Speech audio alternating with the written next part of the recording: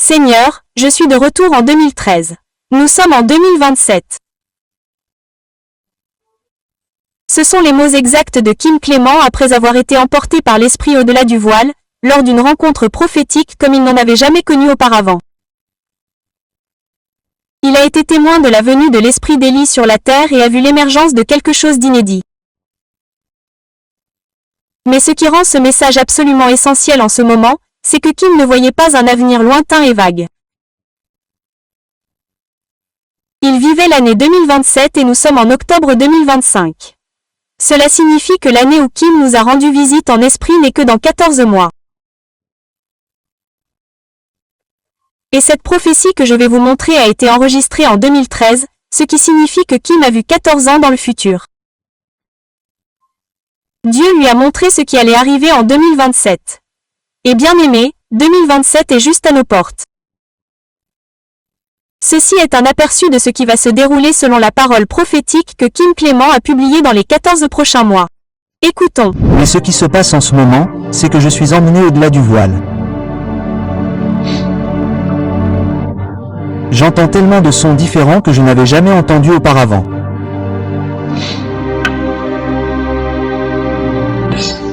Encore une fois, les personnes âgées et les enfants, un amalgame de ces deux voix. C'est un son étrange, une voix âgée et une voix jeune. Et c'est ensemble. C'est comme s'il n'y avait pas d'âge dans le son.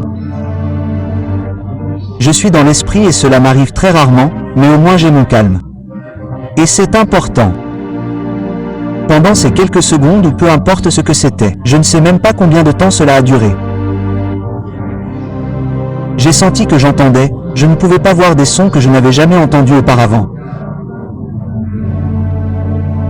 Ce n'était pas méchant, c'était magnifique. Les cœurs des pères reviennent vers les fils. L'esprit d'Élie qui vient sur la terre. Oh, comme nous ne l'avons jamais vu auparavant. Pourquoi pensez-vous qu'il veut tuer nos enfants?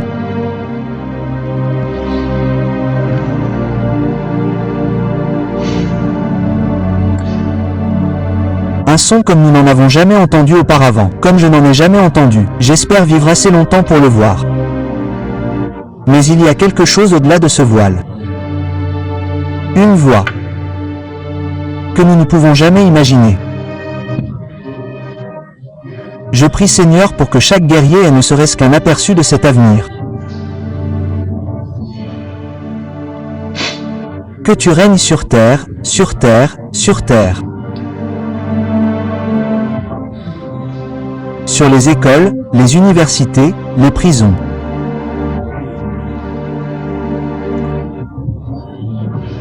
Que cette Église que nous connaissons émerge, qui existe déjà.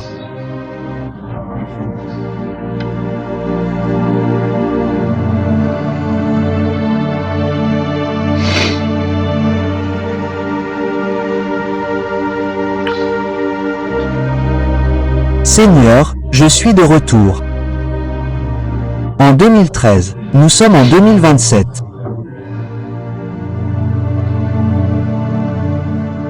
Où serais-je? Les enfants que tu nous as confiés pour que nous nous en occupions. Et les milliers et dizaines de milliers de personnes que nous atteindrons.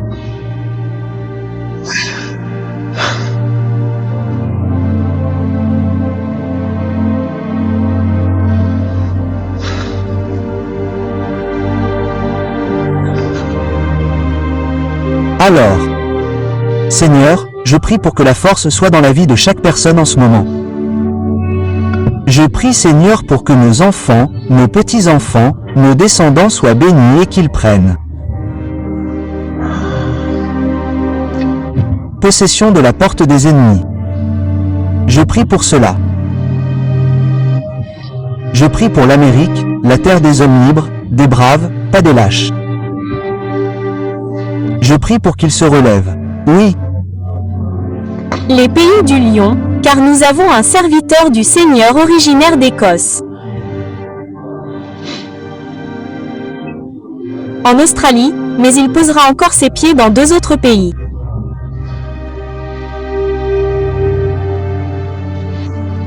Priez pour lui et sa famille. Je prie pour chaque foyer et chaque vie représentée ici aujourd'hui, afin que, Seigneur, tout ce qui s'est passé ici soit emporté dans leur foyer et se propage comme une traînée de poudre. Je te rends grâce.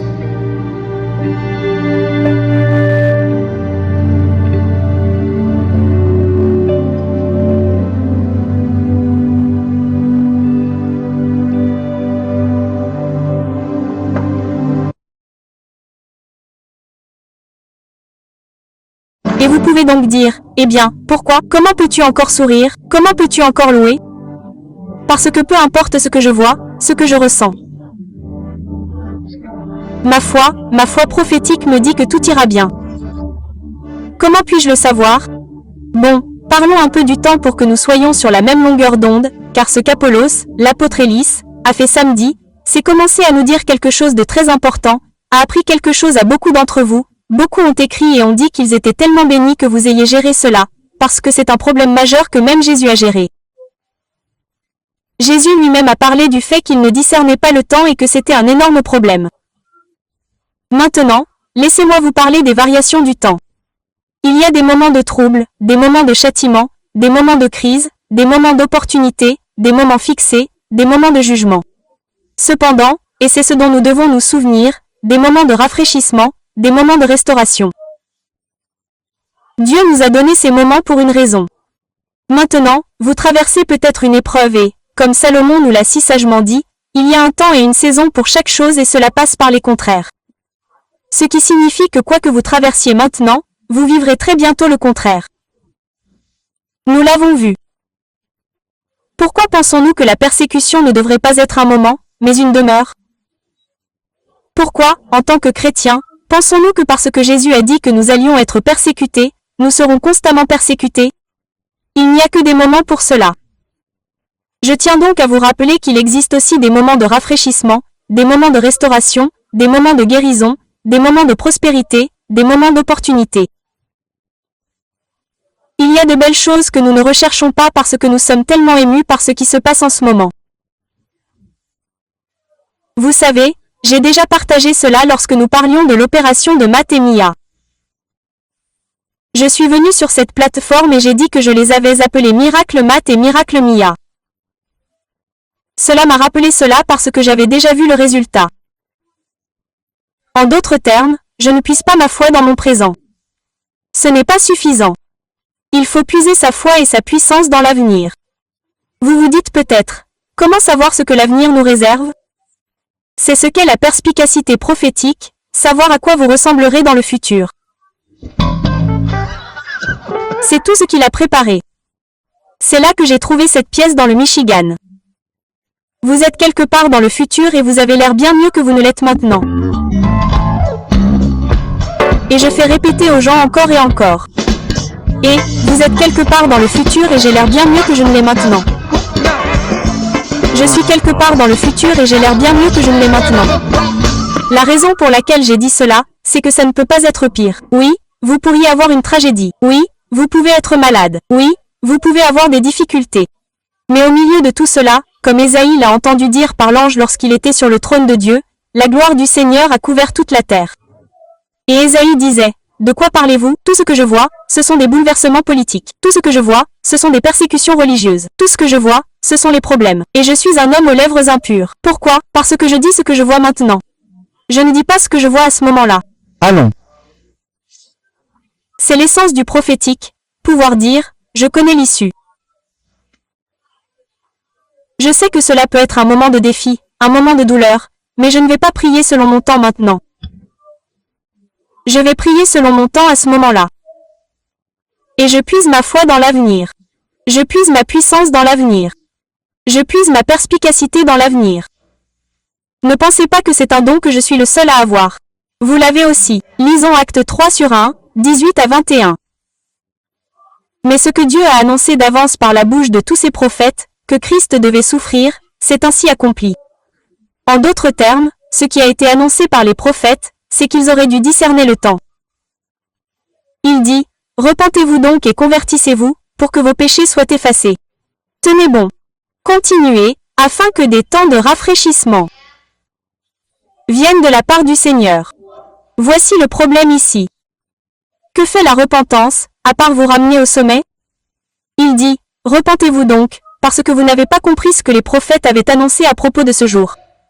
Et si vous faites cela, vos péchés seront effacés. Mais il poursuit en disant, alors vous êtes qualifiés pour des temps de rafraîchissement. Vous êtes qualifiés pour la présence de Dieu. Il dit, des temps de rafraîchissement viendront de la présence de Dieu. Je vais vous dire que la seule chose qui manque à l'Église, c'est la présence de Dieu, car nous ne discernons pas le temps. Il est donc très important que vous compreniez que ce qui est dit sur le temps est pour vous, en particulier aujourd'hui, avec tous les rapports, tous les sermons, tous les sceptiques, tous les mauvais rapports, les médias qui vous le disent et vous donnent un pronostic après l'autre, pour savoir quel est le temps, ce dont on a parlé auparavant et où nous allons en conséquence. Et puis il dit que si vous vous repentez, le rafraîchissement vient de la présence du Seigneur. Il dit qu'il peut envoyer Jésus, celui qui vous a été prêché, que le ciel doit retenir, recevoir ou retenir. C'est en fait un mot très agressif. Si vous regardez l'original, cela signifie que les cieux doivent le retenir. Pourquoi? Parce que Jésus veut venir. Allons-y, point. Il dit qu'il doit être retenu. Les cieux doivent le retenir. Et voilà. Jusqu'au temps, tout le monde dit les temps. Encore une fois, les temps. Jusqu'au temps de la restauration de toutes choses.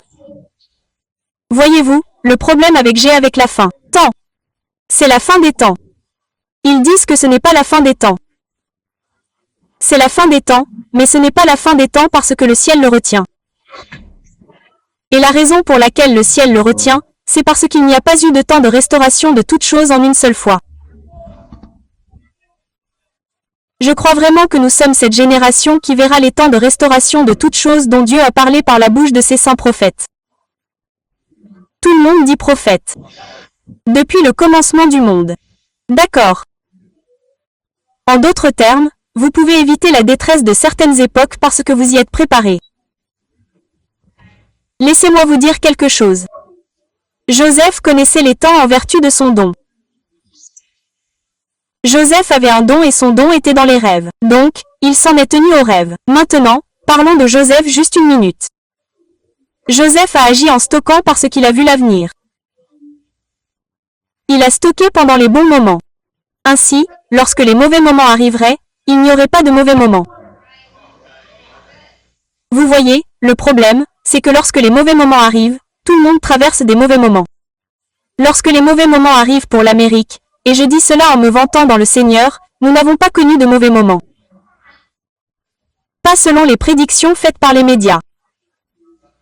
Nous n'en avons pas connu. Vous savez pourquoi? Parce que dans les bons moments, nous cousions. Beaucoup de gens ne commencent à le faire que dans les moments difficiles. Nous cousions dans les bons moments et c'est pour ça que vous savez que ces gens leur disent de garder de la nourriture pendant 20 ans et tout ça. Je ne parle pas de ça. Joseph ne faisait pas ça. Joseph faisait ça parce que partout où va le prophète, il comprend le temps dans lequel vous vous trouvez. Où que aille le prophète, vous savez où que aille le prophète. Vous savez que le temps arrive. Où que aille le prophète, la prospérité est disponible. Donc en d'autres termes, je ne parle pas seulement de moi, le prophète, mais du don prophétique en vous qui est la chose même qui vous dira que ce temps arrive. Par conséquent, planifiez de manière appropriée. Ainsi, lorsque les mauvais moments arrivent, vous n'avez pas de mauvais moments. Rien d'autre à dire à ce sujet, nous en avons fait assez. Maintenant, en 2013, lorsque Kim a prononcé ces mots, 2027 semblait être loin. C'était dans 14 ans. Et c'était assez de temps pour élever des enfants, construire des ministères et préparer les gens à ce qui allait arriver. Et maintenant, nous sommes dans cette génération. Nous sommes ceux qui se tiennent à l'aube de 2027. Alors, réfléchissons brièvement à ce qui s'est passé depuis 2013. Tant de choses ont changé sur Terre. Nous avons vu des pandémies. Nous avons vu des guerres. Les enfants qui sont nés cette année-là ont maintenant 12 ans. Ils approchent de l'adolescence. Les jeunes adultes qui étaient en vie en 2013 sont maintenant dans la force de l'âge.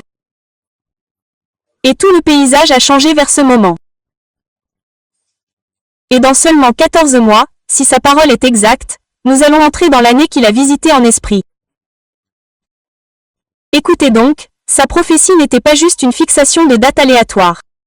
Nous voyons que beaucoup de cela est littéralement lié au principe biblique des temps de résurrection, le rétablissement de toutes choses. Actes 3h19 et suivant. 21 Les temps de la restauration de toutes choses. C'est ce qu'il voyait. Et il explique que le ciel retient Jésus jusqu'à ce que ces temps de restauration aient lieu. Cela signifie donc que nous sommes à la fin des temps. Et ce n'est pas, vous savez, ce n'était pas une saison symbolique ou métaphorique. Et je sais que beaucoup de choses dans les domaines prophétiques sont métaphoriques. Elles sont symboliques. Ces temps de restauration de toutes choses, ce sont des périodes réelles que Dieu marque sur son calendrier. Et nous ne connaissons pas tous les détails, mais il a été montré à Kim que 2027 représente un marqueur important dans la chronologie de la restauration. Et donc, réfléchissez-y, et je vais vous dire comment nous devons réagir parce que c'est le nœud du problème. Nous devons réagir à cela. Nous devons y réagir parce que Kim a souligné à plusieurs reprises un son comme nous n'en avons jamais entendu auparavant et il a littéralement entendu ce son dans l'esprit.